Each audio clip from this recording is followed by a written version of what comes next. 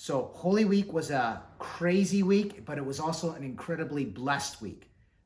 The seminarian, Joe Townsend, and myself, we were running around playing cameraman, trying to get the right angles, how we were going to have the sanctuary. Not only that, but we were trying to figure out how we were going to do these wonderful, amazing liturgies with just a skeleton crew when we're used to having a packed church, many servers. It came off, especially Good Friday and Holy Saturday were absolutely beautiful. We finally felt like we were actually entering into the holy season. So last week was an incredibly tiring week, but a very blessed week. We also had a number of people come in at individual liturgies into full membership with the church. So these were our folks who were going through RCIA and RCIC. And we'll have throughout the Easter season also a few more coming into the church. So blessed times, not only for us personally, but for our parish and for the church at large. This week is the octave of Easter. Each day is considered like Easter Day itself. So party, eat well, have candy, desserts. We've been fasting. We've been having a lot of difficult things. We need to celebrate the resurrection of Christ. At the end of this week, Sunday is an amazing feast. We have the second Sunday of Easter, which is also known as Divine Mercy Sunday. And Divine Mercy Sunday was established under John Paul II. St. John Paul II established this as a feast for the church, but its origins go back even farther to the beginning of the 20th century, where our Lord appeared to a Polish nun, Sister Faustina Kowalska. She had grown up from a very simple and humble family, had a very basic education, entered the convent, and God seems to always choose those who are most humble or childlike. And she became what Jesus would call the scribe or the secretary of his mercy. She had this apostolate to bring the mercy of Jesus to the world. And Jesus even told her that she was in a special way to usher in an age of his mercy before his second coming, before he would come as the just judge. He told Sister Faustina that, I wish all mankind to enter through the door of my mercy. And if we refuse to enter through the door of his mercy, then we'll have to enter through the door of his justice.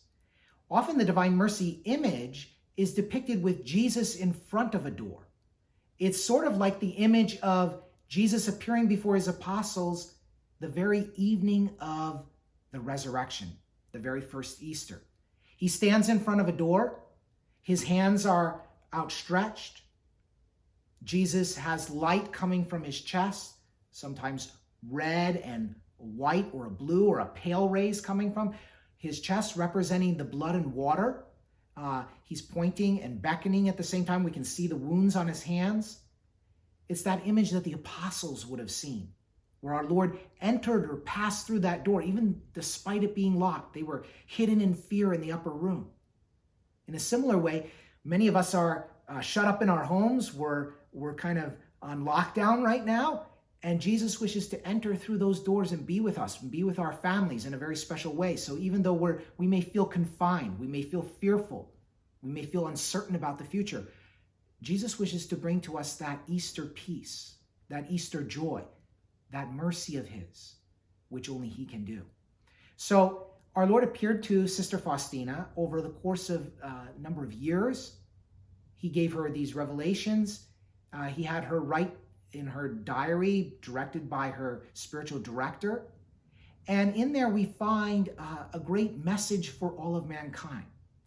One particular year, our Lord asked Sister Faustina to make a novena, starting on Good Friday, leading up to that second Sunday of Easter. And he had a particular intention for each day that he wished Sister Faustina to pray for.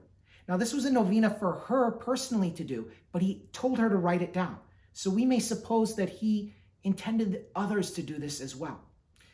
With the help of Joe Townsend, we have recorded a novena prayer, these novena prayers that were revealed to Sister Faustina, so that you and I can pray these together each of these days. We've been doing it since Good Friday. We've been posting these now, and you can join in. If you've missed a few days and want to go back, you're welcome to do that. But each day we'll have a new one of the novena prayers posted, along with the Divine Mercy Chaplet, a great prayer for expressing our total dependence and confidence in the heart of Jesus. And then on Divine Mercy Sunday, this coming Sunday, we're going to have a very special Holy Hour. We ask and invite you to join us virtually. We will have from 3 to 4 exposition of the Blessed Sacrament. We'll pray the Chaplet of Divine Mercy together. We'll probably chant that. We'll have Don Cotton there joining Father Fisher and myself. Our seminarian, Joe Townsend, will be there. We ask you to tune in and join us live for that, to pray for Jesus' mercy to enter this whole situation we find ourselves in the pandemic. Finally, as kind of an ending note here, this mercy is something that we certainly need to bring into our own families. There's often being together, we start to wear on each other, and we need to be able to extend that mercy that Jesus offers to us. So we submit ourselves, or we soak ourselves in the mercy of Jesus so that we can offer it to others. So join us this week, please, for these prayers, and help prepare yourself for the Feast of Divine Mercy this Sunday. God bless you.